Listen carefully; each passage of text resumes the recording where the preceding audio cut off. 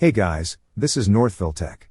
In this video, we're going to learn how to register a WOW residential account online. We will also put our affiliate link in the description below for you to register and get $100 Visa reward card. Once you click on the link, you will be directed to this page. A pop-up window will appear wherein it will ask you to enter your email to claim the reward. Next, at the upper right part of this page, you will see an option for Sign In. Click on Sign In. On this page, under Haven't Registered, you will see a blue text that says Click Here. Click on the option that says Click Here.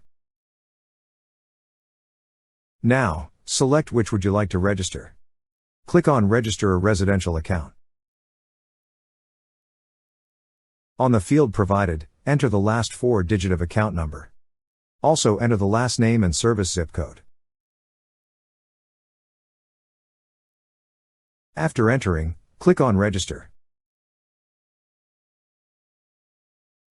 Then on this page, your name and email will be automatically entered. To proceed, re-enter your email to confirm. Next, enter the password you wish to use, and re-enter it again to confirm. Also, you need to select a security question and provide an answer.